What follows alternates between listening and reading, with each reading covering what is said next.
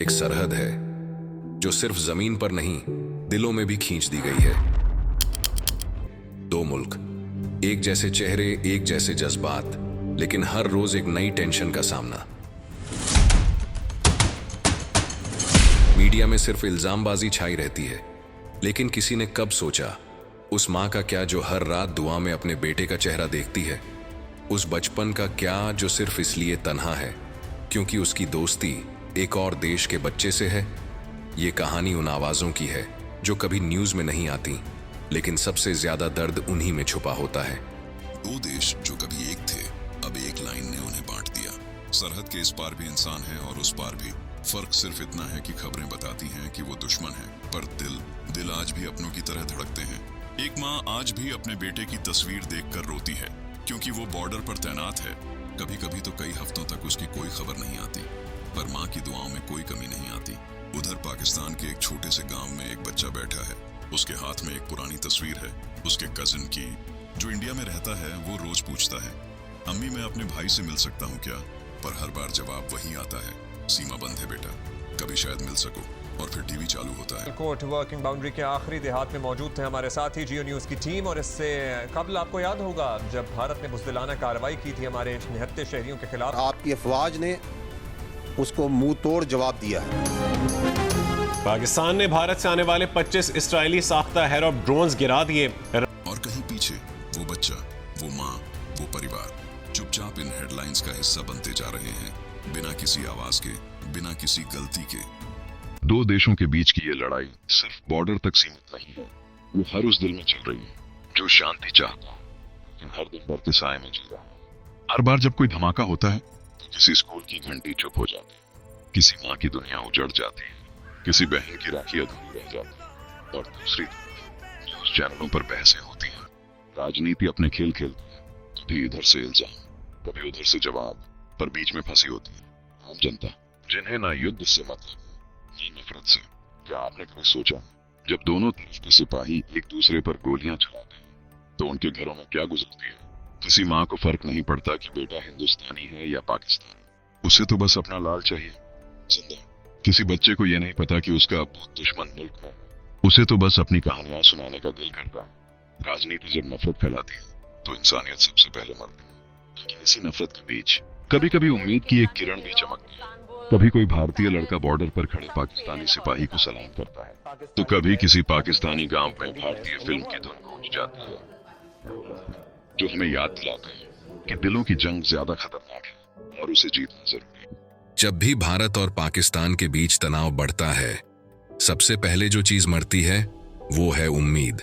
उम्मीद एक माँ की जो चाहती है कि उसका बेटा सलामत वापस लौटे। उम्मीद एक बच्चे की जो सिर्फ अपने दोस्त से सरहद पार बात करना चाहता है। पर हर बार हेडलाइंस बदलती हैं, पर तकलीफ वही रहती है। भारत ने हाल ही में पाकिस्तान पर आतंकवाद का समर्थन करने का आरोप लगाया। पाकिस्तान ने इस इल्जाम को सिरे से खारिज किया। यूएन में बहस होती है, न्यूज चैनल्स पर बहस होती है, पर क्या किसी ने उस जवान की मां से पूछा जो हर रात चैन की नींद नहीं सो पाती? क्या किसी ने उन स्टूडेंट्स की आवाज सुनी जो इंडिया पाक दोस्ती की मिसाल बनना चाहते थे, मगर वीजा न मिलने पर टूट गए? ये सिर्फ देश की बातें नहीं, ये इंसानों की कहानियां हैं। एक रिपोर्ट के मुताबिक पिछले 10 सालों में भारत पाक सीमा पर 3000 से ज्यादा संघर्ष हुए हैं। हर संघर्ष में सिर्फ सैनिक नहीं मरते, रिश्ते मरते हैं, यकीन मरता है। तो सवाल ये नहीं कि किसकी गलती थी, सवाल ये है कि ये दर्द कब रुकेगा। कभी सोचा है अगर 1947 में बंटवारा न हुआ होता, अगर आज भी लाहौर से दिल्ली तक एक ही ट्रेन चल रही होती, अगर अमृतसर का बाजार कराची के ट्रेड सेंटर से जुड़ा होता और दोनों देशों की मिलिट्री एक साथ यूएन पीस कीपिंग में होती, शायद तब आज एटमी हथियारों की जगह हमारे पास सस्ती दवाइयां होती, F-16 की जगह दुनिया की बेस्ट टेक्नोलॉजी बनाने वाली यूनिवर्सिटीज होती, और हाँ, क्रिकेट की जंग होती, लेकिन बस मैदान के बाहर भाईचारा। लेकिन हकीकत में हम कहां पहुंच गए हैं? 2025 में भी हम उसी नफरत की चक्की में पिस रहे हैं, जहां एक छोटी सी गोली दो देशों की पूरी आबादी को डरा देती है। कुछ दिन पहले बॉर्डर पर एक 8 साल का बच्चा बारूदी सुरंग से उड़ गया। वो न तो हिंदू था, न मुसलमान, न भारतीय, न पाकिस्तानी। वो बस एक बच्चा था जिसका सपना था बस स्कूल जाना, और फिर सोशल मीडिया पर ट्रेंड चल पड़ा, You're justice for border child। कुछ लोगों ने मोमबत्तियां जलाईं, कुछ ने एक दूसरे को गालियां दी, लेकिन बच्चा वो अब कभी नहीं लौटेगा। सोचिए, हम किसके लिए लड़ रहे हैं, किसको हराना है? क्या हमें अपनी ही परछाई से डर लगने लगा है?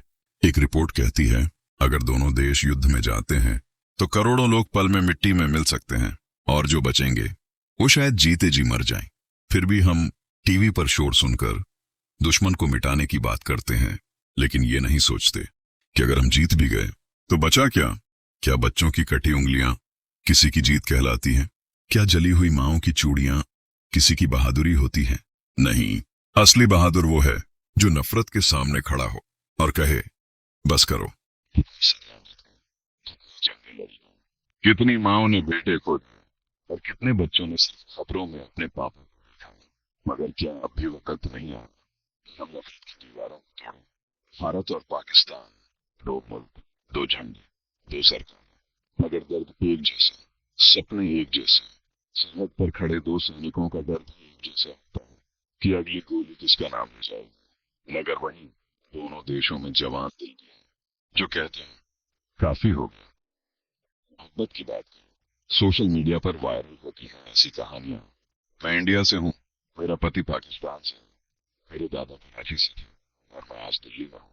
मैंने पाकिस्तान में एक दोस्त बनाया जो अब मेरे भाई जैसा है। इन कहानियों में जो सच्चाई है वो किसी न्यूज चैनल की हेडलाइन नहीं बनती, लेकिन इन्हीं सच्ची कहानियों में दुनिया बदलने की ताकत होती है। आज का नौजवान ने नफरत चाहता है, लड़ाई। वो चाहता है स्कूल, नौकरी, अमन और एक बेहतर कल। क्यों न हम उन सपनों के लिए लड़ें जो हम सबने मिलकर देखे। क्यों ना एक बार दोनों मुल्क मिलकर वो आवाज बनाए जो कहती है जंग नहीं, जिंदगी चाहिए।